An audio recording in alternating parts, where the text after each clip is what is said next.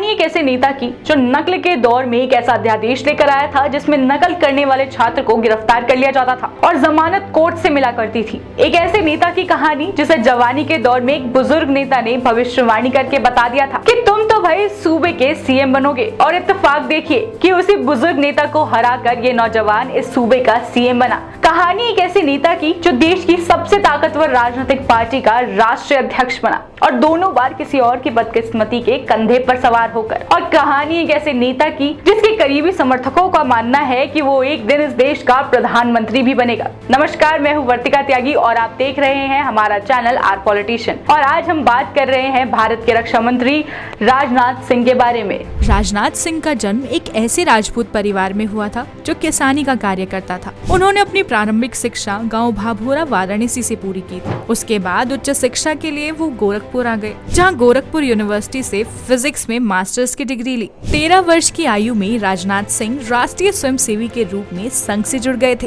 और समय के साथ ये जुड़ाव कम नहीं हुआ। यहाँ तक कि मिर्जापुर कॉलेज में पढ़ाते हुए भी वे संघ के सक्रिय कार्यकर्ता थे एवं युवा वर्ग में गणमान्य पद पर थे। राजनाथ सिंह ने केबी पोस्ट ग्रेजुएट कॉलेज मिर्जापुर में फिजिक्स के लेक्चरर के तौर पर पढ़ाया है।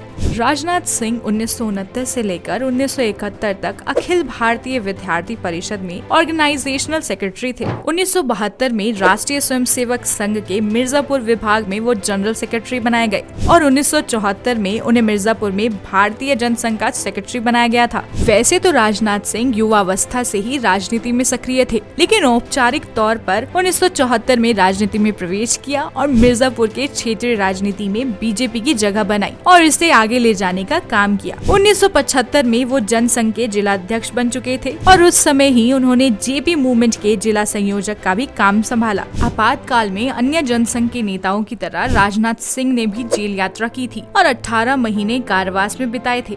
एक किस्सा उन दिनों का बड़ा प्रसिद्ध है। भारत में आपातकाल के बाद 1977 में हुए चुनावों में राजनाथ सिंह उत्तर प्रदेश में एमएलए निर्वाचित हुए थे। इसके बाद राजनाथ सिंह ने राजनीतिक करियर में कभी पलटकर नहीं देखा और बीजेपी में उनका पद बढ़ता ही गया। 1983 में वो स्टेट सेक्रेटरी बने। 1984 में उन्हें बीजेपी के यूथ विंग का स्टेट प्रेसिडेंट बनाया गया, जबकि 1986 में वो भारतीय जनता पार्टी के ही नेशनल जनरल सेक्रेटरी बने। इसके बाद भी बीजेपी में उनकी पदोन्नति यही नहीं रुकी। 1988 में वो बीजेपी के नेशनल प्रेसिडेंट बनाए गए।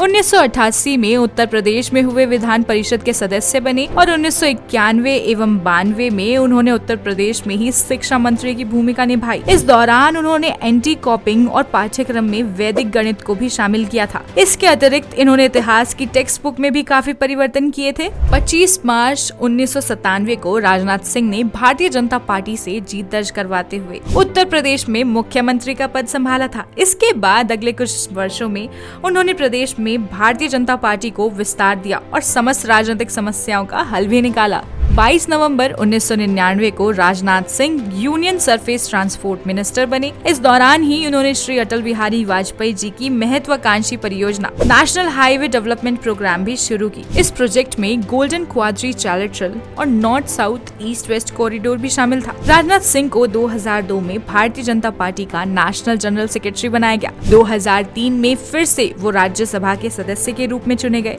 24 मई 2003 को वो एग्रीकल्चर एंड फूड प्रोसेसिंग केंद्रीय मंत्री बने। उन्होंने किसान कॉल सेंटर और फार्म इनकम एसोसिएशन जैसे कुछ प्रोजेक्ट्स भी शुरू किए। जुलाई 2004 में राजनाथ सिंह को वापस पार्टी का नेशनल जनरल सेक्रेटरी बनाया गया और इस पद पर रहते हुए उन्हें 2 राज्य छत्तीसगढ़ और झारखंड की जिम्मेदारी सौंपी गई और उनकी अतुलनीय योग्यता और कूटनीति ने पार्टी को दोनों राज्यों में जीत दिलवाई। 31 दिसंबर 2005 को राजनाथ सिंह को भारतीय जनता पार्टी का अध्यक्ष बनाया गया और इस कार्यकाल में उन्होंने देश के कोने कोने तक पार्टी की पहुंच बनाई। राजनाथ सिंह को 16 मई 2009 को 15वीं लोकसभा चुनाव में गाजियाबाद से जीत मिली और वो पार्लियामेंट सदस्य बनाए गए।